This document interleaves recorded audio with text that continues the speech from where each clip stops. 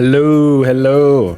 I am here with a more topical video today. I'm bringing back an old school style of video this time.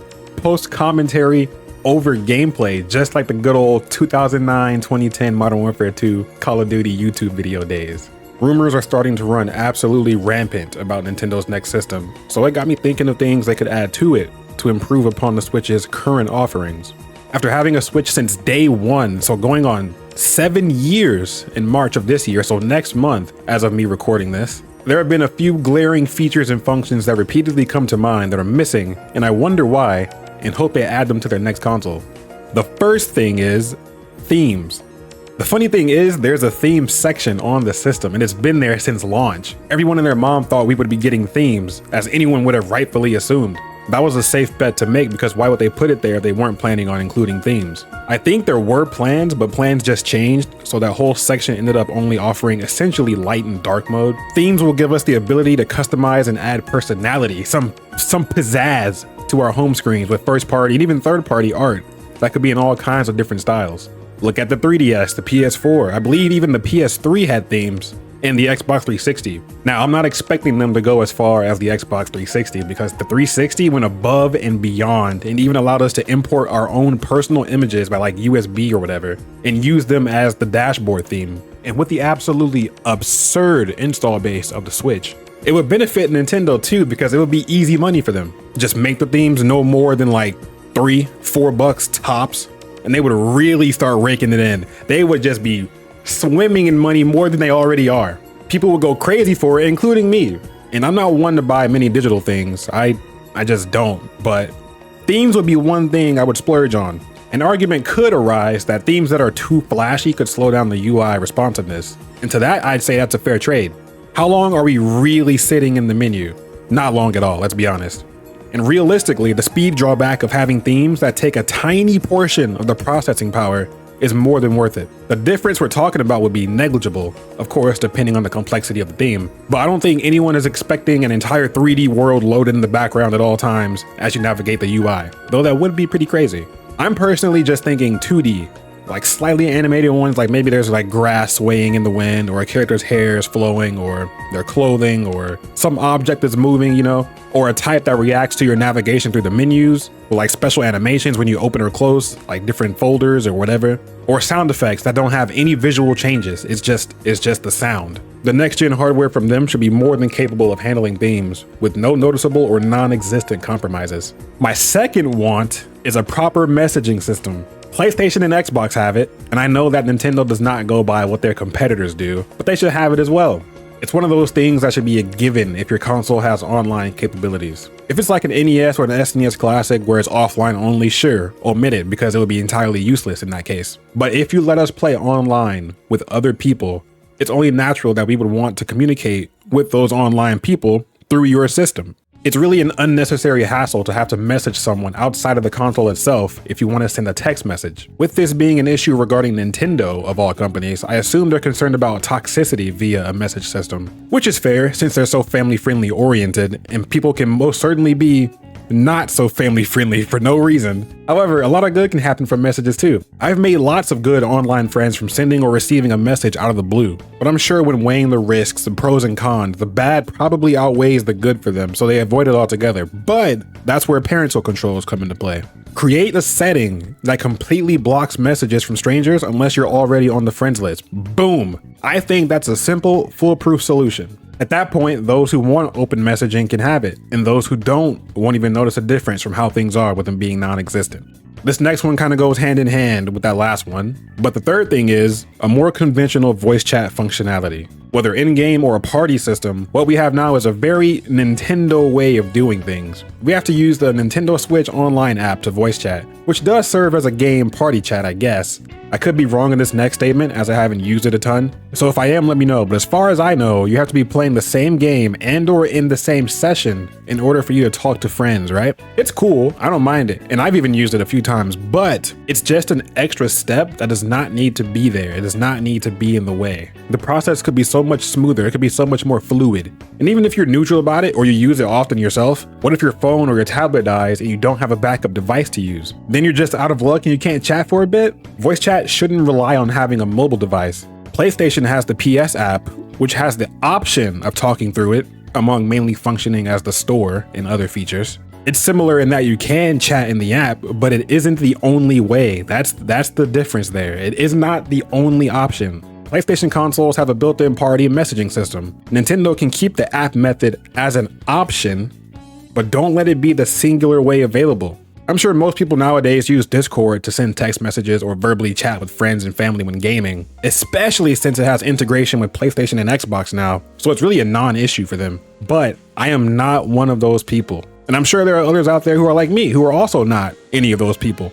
I like the good old messaging and game/party chat system. So for the peeps like us, it would just be nice to have all we need in regards to communication right there on the system without any need for an external device.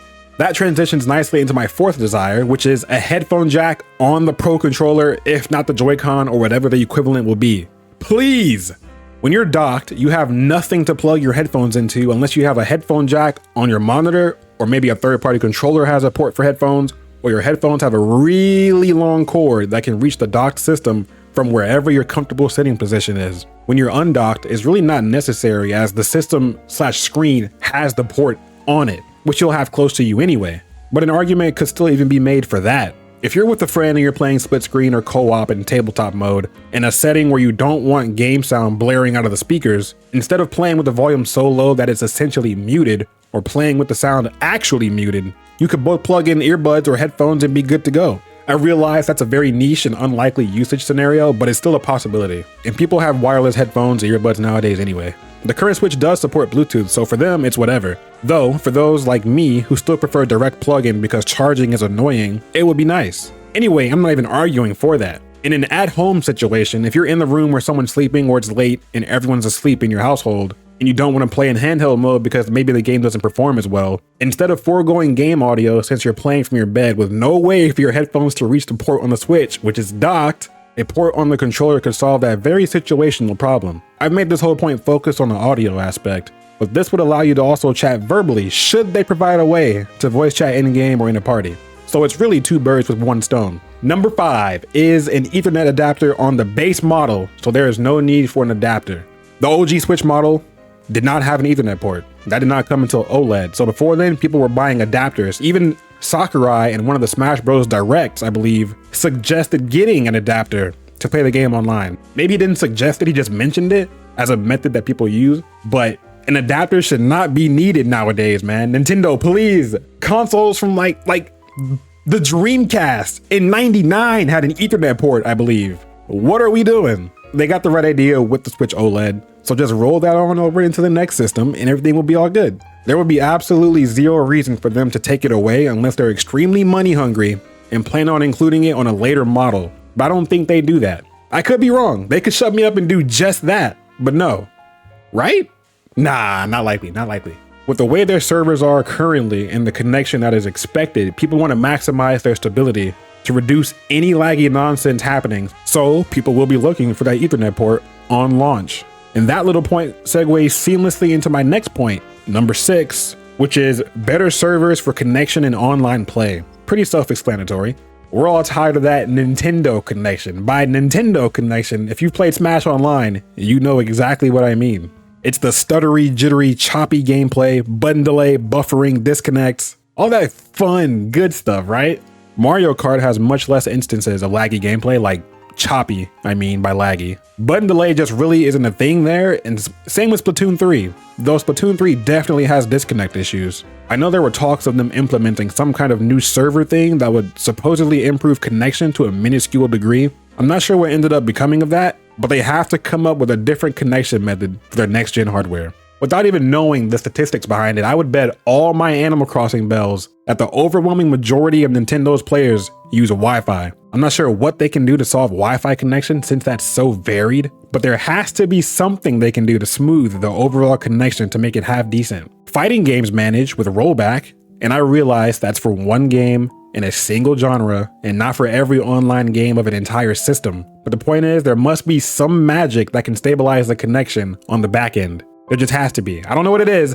I wish I did, but there has to be. And lastly, with Wish Lucky number 7, trophies that aren't the in-game kind that they usually go with. I think like Mario and Rabbids, both games have in-game trophies and some other games I can't think of at the moment. But I want to see like system-based trophies, right? Where every game has trophies. This isn't something I'm dying for and see as a must-have for the system, but it would be cool to have like a Nintendo equivalent to trophies and achievements from PlayStation and Xbox, respectively. I like going for trophies and achievements every now and then, and if a game offers a pretty much free platinum or 100% trophy completion like Persona 5 Royal or the Insomniac Spider-Man games, I'll definitely strive to complete all of the game's challenges or activities if it's not too time-consuming, which for 95% of Nintendo games would not be. Games in that last 5% would be like Xenoblade or like, I don't know, Fire Emblem, where you gotta go multiple routes and see different endings and all that kind of stuff.